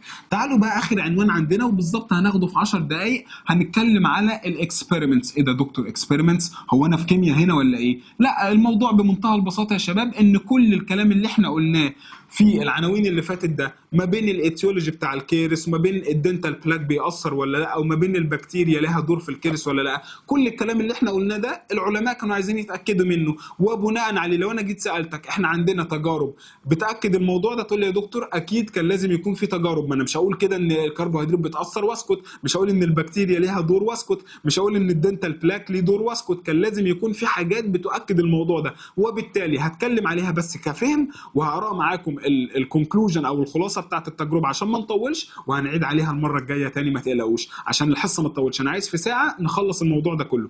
طيب ركزوا معايا كده واحده واحده. لو انا جيت سالتك ايه هي الاكسبيرمنتس اللي انت تتوقع ان احنا كنا لازم نعملها كعلماء، تقول لي يا دكتور بص، اول حاجه كان لازم اشوف الكربوهيدرات اللي موجود اللي احنا بناكله كمرضى او كناس بيحصل لها تسوس بيأثر على عمليه التسوس ولا لا. مش بس كده، مش بس اي كربوهيدرات، هل كمان انواع معينه من الكربوهيدرات بتأثر؟ يعني هل مثلا الفريكونسي بتفرق عن التكستشر ولا التكستشر بيفرق؟ طب الانتيك بيفرق ولا لا؟ يبقى كان لازم اشوف الكربوهيدرات في اكتر من زاويه. اقول لك برافو عليك. وبناء عليه بعد الكربوهيدرات دكتور لازم بقى اتكلم على دور البكتيريا. هل البكتيريا مسؤوله عن حدوث عمليه التسوس؟ ادي اول سؤال لازم نطرحه. طب يا دكتور لو البكتيريا مسؤوله، انهي نوع من البكتيريا؟ من عندي مئات الملايين من البكتيريا مسؤوله تعمل لي تسوس، انهي نوع بقى؟ يبقى دول كده تجربتين هنتكلم عليهم على البكتيريا. وثالث حاجه، لو عندي بكتيريا وعندي كربوهيدرات وعندي سنه وعندي سلايفا ومانيش عندي الدنتال بلاك اللي البكتيريا بتقدر تخترقه، اكيد مش هيحصل لي التسوس. يبقى انا عندي 4 تجارب لازم اتكلم عليهم يا شباب. اول بكتيريا وهنخلص منها على طول هي اول اكسبيرمنت هو الفايب هولم. ايه بقى قصه الفايب هولم؟ بصوا بقى عشان تفتكروني بيها في الفاينل وساعه المراجعات يبقى كي وورد بيننا وبين بعض. في فور ايه؟ فور فامباير. ايه ده دكتور فامباير وحش؟ يعني ايه؟ يعني دي تجربه وحشه؟ ده كان عالم شرير قوي. عمل ايه بقى العالم الشرير ده؟ راح على مستشفى موجوده في السويد فيها المرضى الغلابه بتوع داون سيندروم. دكتور ده المرضى دول بنحنن عليهم، هو بقى كان خبيث، جاب المرضى دول واستغلهم لتجربته. ودي اول تجربه او اول اكسبيرمنت كانت بتناقش حدوث التسوس. عمل ايه بقى؟ احنا قلنا هقول لكم المعلومه والفهم بتاعها ونقرا الكونكلوجن وبعدين نعدي وهنعيدها المره الجايه. عمل ايه؟ جاب المرضى دي يا شباب وسال نفسه سؤال مهم قوي. هو ده السؤال اللي بدأ بالتجربة. قال ايه؟ قال هل الاماونت الكمية والفريكونسي والتكستشر بتاع الكربوهيدرات بيأثر على الدنتال كيرس؟ يعني من الاخر كده هل كل الفاكتورز بتاعت الدنتال كيرس بتاعت الكربوهيدرات اللي احنا اتكلمنا عليها بتأثر على الدنتال كيرس؟ طيب عمل ايه؟ جاب المرضى وقسمهم لجروبس مختلفة، 7 جروبات، ادى لكل جروب نوع مختلف وشكل مختلف وتكتشر مختلف من الكربوهيدرات، بالعكس وفريكونسي مختلفه. يعني مثلا اديكم مثال بسيط، جروب A مثلا اديته عصير، جروب B اديته كراميل، جروب C اديته شوكولاته، وابتدى ياثر على الفريكونسي. يعني مثلا بتاع العصير قال لك كل ساعتين هديله عصير، بتاع الكراميل كل ساعتين هديله كراميل، بتاع الشوكولاته كل ساعتين هديله شوكولاته. عارفين وصل ليه يا شباب؟ وانتوا اللي هتقولوا مش انا. لو انا جيت سالتك مين اكتر جروب من ال7 دول هيحصل عنده تسوس اكتر، هتقول لي بص يا دكتور، كل ما كانت الكربوهيدرات ستيكي، يعني كل ما كانت بتلزق اكتر على السنه، كل ما كانت الكربوهيدرات دي هتعمل لي تسوس. اقول لك برافو عليك. يبقى اذا الفريكونسي مهمه. طب النقطه الثانيه يا شباب، ايه رايك غير الفريكونسي؟ التكستشر بتاع البكتيريا. يعني بالاخر كده هيدي الكربوهيدرات مش البكتيريا، بالاخر كده هيدي المرضى دول كربوهيدرات عامل ازاي، ملزق ولا لا، وكل قد ايه. يعني من الاخر كده ايه اللي هيأثر. انا على فكره كده خلصت التجربه يا شباب. الكي فايندنجز او الكونكلوجن وصلنا لايه؟ وصلنا ان التكستشر والتايمنج، المده الزمنيه او الفريكونسي، هو اكتر بكتير من الكميه. يعني ايه؟ يعني مثلا ادي العيانين العصير دول، ادي لهم مثلا بدل كوبايتين عصير مره واحده. هل ده هيفرق ولا ان انت تدي لهم عصير كل شويه؟ اكيد طبعا كل ما اديتهم عصير كل شويه حتى لو كميه قليله هو ده اللي هيأثر اكتر على الكيرس. نفس الكلام بالظبط. يبقى هو وصل لكونكلوجن مهمه. التكستشر والفريكونسي، سؤال امتحان، التكستشر والفريكونسي بيأثروا اكتر من الكوانتيتي، اكتر من الكميه. تمام. طيب اللي هو بنسميه احنا كده بالعربي علشان برضو تبقى سين ما بيننا، قليل دائم. بس هنا بقى مش احسن من كثير منقطع، بالعكس هنا قليل دائم اضر من كثير منقطع، دي بيننا وبين بعض. ها تمام، خلصنا. دي كده تجربه فايب هولم. طب تعالى بقى نشوف دكتور، بعد ما عرفنا ان الكربوهيدرات بتاثر، هل برضو البكتيريا بتاثر؟ عندنا تجربتين يا شباب عملناهم علشان خاطر نشوف دور البكتيريا. اول دور عندنا وهو عمنا ميلر. اول ما اقول لك ام على طول تفتكر الستريبتوكوكس ميوتنس، ام فور ميوتنس. عمل ايه ميلر؟ قال لك والله ميلر سأل نفس السؤال. طيب بما ان الكربوهيدرات بعد فايب هولم بتاثر، تعالوا بقى نشوف دور البكتيريا. ميلر عمل ايه؟ جاب لك 2 تيست تيوبس اللي هم بتوع المعامل وحط فيهم سنه. طيب بقى عندنا 2 تيست تيوبس بسنتين. طيب عمل ايه؟ جاب سلايفا وحطهم في الاثنين تيست تيوبس وقال لك بص انا عايز اعرف هل السلايفا دي فيها بكتيريا ولا لا. فعمل ايه؟ جاب تيست تيوب وسابها على جنب بالسلايفا اللي فيها، وجاب التيست تيوب الثانيه بالسنه والسلايفا وسخن التيست تيوب. سخن التست تيوب يعني ايه؟ يعني من الاخر كده قتل البكتيريا اللي جوه. قتل البكتيريا اللي جوه. لقى ايه بعد مده؟ لقى ان التو تيست تيوبس اللي ما اتغلتش او ما سخنهاش عملت تسوس. يعني السلايفا من الاخر كده اتاكدنا ان فيها فعلا بكتيريا. طب الثانيه اللي ما غلاهاش لا ان ما حصلهاش تسوس. يعني اذا وصل لقناعه مهمه قوي ان انا علشان يحصل لي تسوس لابد من وجود بكتيريا في السلايفا. اقول لك برافو عليك، ده عمنا ميلر. جه بعديه اللي طور من بعده، انتوا واخدين بالكم احنا عمالين نطور على التجارب. جه بعدنا بقى عمنا اورلاند. عمل ايه؟ سأل سؤال مهم مترتب على ميلر. قال طيب بما ان ميلر وصل لقناعه ان انا البكتيريا لابد تكون موجوده علشان يحصل لي تسوس، فسأل نفسه سؤال طب انهي نوع بكتيريا بقى هتعمل لي تسوس؟ عمل ايه بقى اورلاند يا شباب؟ اورلاند كان لذيذ قوي، ما راحش بقى جرب على بشر ولا اي حاجه. جاب ايه؟ جاب فاره. ايه ده يا دكتور فاره؟ انت بتهزر ولا ايه؟ لا والله مش بهزر، جاب فاره فعلا، فاره صغيره بتاعت المعامل. وعمل ايه؟ الفاره دي جابها وهي صغيره وقضى على كل البكتيريا اللي موجوده فيها. يعني يا دكتور تقصد تقول ان الفاره دي من الاخر كده ما بقتش عندها اي بكتيريا؟ ابتدى يكبر الفاره دي وجوزها. لما جوزها وهي ما فيهاش اي بكتيريا خالص، ولادها اللي اتولدوا دول ما بقاش عندهم اي بكتيريا، يعني ولاد اسبتك. يعني ايه اسبتك؟ ولاد متعقمين. تمام. اي مكان طبعا فيه اقاويل كتير للتجربه دي. المهم ان احنا عايزين نطلع ان البكتيريا اللي احنا ان الفئران الصغيرين اللي احنا حصلنا عليهم مالهم؟ ما عندهمش بكتيريا يا دكتور. وعمل ايه؟ جاب الفئران دي وقسمهم لتو جروبس، خلى جروب A وجروب B. وعمل ايه بقى يا شباب؟ جاب الجروب المتعقم ده وسابه على جنب، خلاص ما عندوش بكتيريا. وجاب جروب B وابتدى يدخل لكل فار نوع بكتيريا معينه. مره يدخله مثلا ستريبتوكوكس ميوتنس، مره يدخله لاكتوباسيلاي، مره يدخله اكتينومايسيس فيسكس، مره يدخله اكتينومايسيس نيوزيلندي. المهم ان هو اكتشف ايه؟ قال لك ده فعلا البكتيريا لابد تكون موجوده عشان يحصل تسوس. ما هو لقى تسوس بقى في اسنان الفئران، بس خلي بالك بقى ما لقاش بس تسوس، ده لقى ان في انواع معينه هي اللي بتعمل تسوس. يلا بقى قول بقى ايه هي الانواع المعينه؟ احنا خلصناهم خلاص. دكتور ما تهزرش والله الا تقول لي انواع معينه.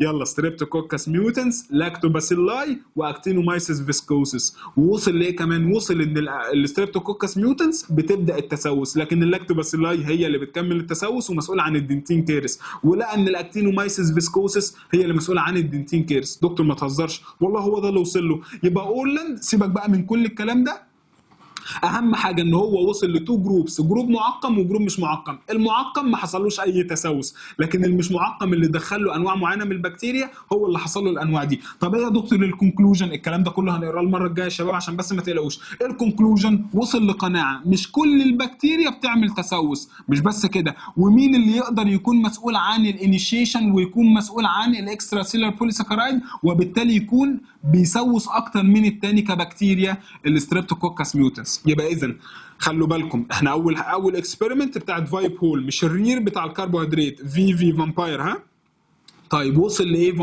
لايه فايب هول؟ ان التكستشر والفريكوينسي اكتر من الكوانتيتي، بتفرق اكتر من الكوانتيتي. خلصنا. تاني واحد عندنا ميلر سأل نفسه سؤال هل البكتيريا بتعمل تسوس؟ فجاب 2 تيست تيوبس بسنه وسلايفا. خلصنا، عرفنا ان فعلا لابد من وجود بكتيريا. طب النقطه الثانيه اتكلمنا على اورلاند عمل ايه؟ اورلاند قال لك هل في انواع معينه من البكتيريا؟ يعني اورلاند كان متفق مع ميلر ان فعلا البكتيريا لابد من تعمل تسوس. اخر واحد عندنا بقى يا شباب، وده عم الكل بقى. يعني ايه عم الكل؟ ده بقى اللي خد مجهود ووقت اكتر عشان يثبت النظريه بتاعته. عمنا ستيفن وعم الكل عمل ايه بقى ستيفنز اكسبيرمنت ده؟ قال لك خلاص، بما ان اللي قبلي اكدوا ان انا الكربوهيدرات لابد من ان هي تعمل تسوس، والبكتيريا لابد من وجود تعمل تسوس، بس لو انا عيان ملتزم وبغسل سناني، يعني بقضي على الكربوهيدرات وفي نفس الوقت كمان مداوم على الغسيل وبقضي على البكتيريا، يعني ولا عندي كربوهيدرات موجوده في بقي ولا عندي بكتيريا، مش هيحصل لي تسوس. فسأل نفسه سؤال مهم قوي، يبقى اكيد في عامل مشترك بيجمع البكتيريا وبيجمع الكربوهيدرات هو اللي بيخلي التسوس يحصل. عشان كده دور ستيفن كان مسؤول عن الدنتال بلاك، كان مسؤول عن حدوث الدنتال بلاك، المجتمع اللي اسمه الدنتال بلاك. عمل ايه بقى ستيفن ده يا شباب؟ خدوا بس الحدث، خدوا القصه وبعديها نقراها المره الجايه. ستيفن قال لك طيب انا هجيب مرضى، المرضى دول هقسمهم على حسب كل واحد عنده تسوس عامل ازاي. واحد عنده تسوس كتير، واحد عنده تسوس وسط وسط، واحد عنده تسوس قليل خالص. يعني قسم البيشنتس بتوعه على حسب الكيرس اكتيفيتي. طيب عمل ايه بقى؟ قال لهم بصوا يا جماعه، كلنا هنتفق ان احنا محدش هياكل خلال ساعتين من اخر اكله اكلتوها. يعني ايه؟ يعني جاب كل المرضى بتوعه قال لهم انتوا بعد ساعتين محدش هياكل. طيب بعد ساعتين جاب المرضى وابتدى يعمل ايه يا شباب؟ ابتدى يقيس البي اتش بتاع بقهم. لا حاجه غريبه قوي، لقى ان البي اتش بتاعهم ثابت. يعني ايه البي اتش بتاعهم ثابت؟ يعني البي اتش بتاعهم واحد، اللي هو كام تقريبا؟ رايح ناحيه النيوترال، رايح ناحيه الالكالينيتي 7.4 او 7.2. تمام. قال لهم طيب يبقى اذا كلكم كده انتم متساويين الحمد لله. عمل ايه بقى يا شباب؟ ادى لكل واحد فيهم كوبايه ميه بسكر عادي، يعني من الاخر اداهم جلوكوز في ميه. طيب لما اداهم جلوكوز في ميه، جاء بعد ما اداهم جلوكوز في ميه ابتدى يقيس البي اتش بتاع بقهم خلال مراحل زمنيه، بعد دقيقتين، بعد 5 دقائق، بعد 10 دقائق، بعد ربع ساعه، بعد ساعه، بعد ساعتين. لا حاجه غريبه قوي، لقى ان البي اتش اول ما اداهم الكربوهيدرات او اول ما اداهم الميه بسكر، لقى ان البي اتش وطي مره واحده جامد قوي قوي قوي قوي قوي قوي. يعني يا دكتور وطي راح فين يعني؟ يلا تعال اسالك بقى، هو ايه البي اتش بتاع الستريبتوكوكس ميوتان؟ يا دكتور كان 4.5. يعني البي اتش نزل نزل نزل لحد ما ابتدى يقرب من ال 5.5، ما هو رايح بقى ناحيه ال 4.5، فابتدى يوصل لل 5.5. ايه ده؟ قال لك يعني من الاخر كده كل اللي قدامي دول البي اتش بتاعهم في وجود السكر والبكتيريا نزل مره واحده ل 5.5 علشان يروح للستريبتوكوكس ميوتان. فقال لك خلاص يبقى اذا ال 5.5 دول عندهم كلهم، دي البدايه اللي بيبدا يحصل عندها ايه؟ دي مينراليزيشن. فقال لك بس يبقى البي اتش ده بقى لازم يكون له اسم مميز، سماه ايه؟ سماه الكريتيكال بي اتش. يبقى ايه هو الكريتيكال بي اتش؟ هتقول لي بمنتهى البساطه في الشفوي دكتور ده البي اتش اللي هو قيمته 5.5، اللي هو ماله؟ اللي بيبدا يحصل عنده دي مينراليزيشن. طيب ابتدى يقيس بعد زي ما قلت لكم دقيقتين، 5، 10، ربع ساعه، ابتدى يلاقي ان البي اتش بيطلع تدريجيا. ايه ده؟ ليه بيطلع تدريجيا؟ لان مين اللي بيحاول بقى يقاوم الدنتال بلاك ويخترق عن طريق البافرنج اكشن؟ السلايفا. فابتدى يلاقي ان البي اتش بيطلع ببطء وعلى مهله خالص، لحد ما رجع بعد ساعتين تاني للبي اتش الطبيعي اللي هو شافه على العينين قبل ما يعملوا لهم التجربه، اللي هو 7.4. فوصل لايه يا شباب؟ وصل لكيرف مميز قوي قوي قوي، هرسمه لكم دلوقتي وركزوا فيه علشان خاطر مهم جدا. وصل لايه؟ قال لك كالاتي اهو، ده الكيرف بتاع ستيفن اهو، وده البي اتش، وده التايم. يبقى اذا ستيفن عمل ايه؟ قال لك ستيفن بادئ من 7.4، نزل نزل نزل نزل نزل نزل نزل مره واحده بسرعه جدا جدا جدا جدا جدا، وطلع على مهله خالص. طيب يلا قولوا لي بقى مين هو اللي هنا كان يعتبر كريتيكال وابتدى يحصل عنده الدي مينراليزيشن والتسوس؟ 5.5. طب ليه ابتدى يطلع ببطء؟ طيب سوري يا شباب معلش على الانقطاع، معلش الكاميرا فصلت بس. طيب بنكمل بقى يا شباب. زي ما قلت لكم هو ستيفن وصل للكيرف ده اللي احنا بنسميه ستيفنز كيرف. وصل لايه؟ وصل ان البي اتش كان بادئ بشكل طبيعي قبل ساعتين من التجربه، نزل نزل نزل مره واحده لحد ما وصلنا لايه؟ لحد ما وصلنا للمنظر اللي انت شايفه ده اللي هو 5.5. فقال لك خلاص يبقى الكريتيكال بي اتش اللي بيحصل عنده بدايه الديمينراليزيشن هو 5.5. طب ليه طلع ببطء قوي كده؟ علشان خاطر السلو بافرنج اكشن او السلو انتري بتاع البافرنج بتاع السلايفا للدنتال بلاك. بس هو ده اللي هو وصل له بمنتهى البساطه اللي في الدنيا. طيب تعالوا بقى نقرا الكلام ده. يبقى اذا بمنتهى البساطه وصل لايه؟ زي ما احنا اتفقنا الكونكلوجن بتاعت ستيفنز ونكون خلصنا حصه النهارده. ستيفنز وصل للاتي، قال لك ان بعد ما الكربوهيدرات رينز او بعد ما الناس دول شربوا الميه اللي بسكر ابتدى يحصل رابيد فول في البي اتش، نزل مره واحده البي اتش. ليه؟ بسبب اختراق السكر للدنتال بلاك، وابتدى يحصل انتاج للسكر، ابتدى البكتيريا تستخدم السكر اللي في الدنتال بلاك. طب بعد كده بقى ليه ابتدى البي اتش يطلع ببطء خالص؟ بسبب السلولي انتري بتاع الساليفري بافر في الدنتال بلاك. وكل ده في الاخر بقى اكتشفنا انه ليه علاقه بايه؟ ليه علاقه بوجود الدنتال بلاك اكتيفيتي او الدنتال بلاك مايكرو اورجانيزمز اكتيفيتي اللي موجوده جوه الدنتال بلاك. وبكده نكون الحمد لله خلصنا حصه النهارده في ساعه، يمكن ساعه و5 دقائق، وختمنا بيها كل المعلومات اللي احنا المفروض نختمها. ان شاء الله المره الجايه هنعمل ايه؟ هنتكلم على الاكسبيرمنتس، والاكسبيرمنت هنوضح الاكسبيرمنت بقى نقراها سوا، كده كده احنا خلصناها وانتوا فهمتوها الحمد لله. ثم هنتكلم على الجزء بتاع الكيرس تحت الميكروسكوب، ايه بقى شكل الانامل وشكل الدنتين وشكل السيمنتم كيرس تحت الميكروسكوب، ونكون خلصنا الشابتر. يعني الحصه الجايه ان شاء الله الشرح اللي فيها مش كتير خالص، 30 دقيقه بالكتير، ونكون كده ختمنا الشابتر. تاني بسرعه، ايه العناوين اللي اتكلمنا عليها لحد دلوقتي؟ يلا قولوا معايا بقى ايه العناوين واحده واحده كده. اول حاجه الديفينيشن خلصنا، تاني واحده الكلاسيفيكيشن، تالت عنوان وهو اطول عنوان في الشابتر هو الايتيولوجي. دكتور بعد الايتيولوجي جمعنا كل ده في الدنتال بلاك وعرفنا ازاي بيحصل نمو للدنتال بلاك. بعد كده ختمنا الموضوع بالاكسبيرمنت. دكتور بس في الملزمه بتاعت الكليه او اي ملزمه بره الاكسبيرمنتس بتكون منفصل عن بعض، اذاكرها ازاي؟ ما انا قلت لك بقى انت الاكسبيرمنتس دي بتاكد كل الكلام اللي احنا قلناه قبل كده. يبقى الاكسبيرمنت لازم تتذاكر يا شباب مع بعض، لازم تتذاكر مع بعض. تمام؟ يلا والى اللقاء في الحصه الجايه ان شاء الله. اقفل يا عبد الرحمن.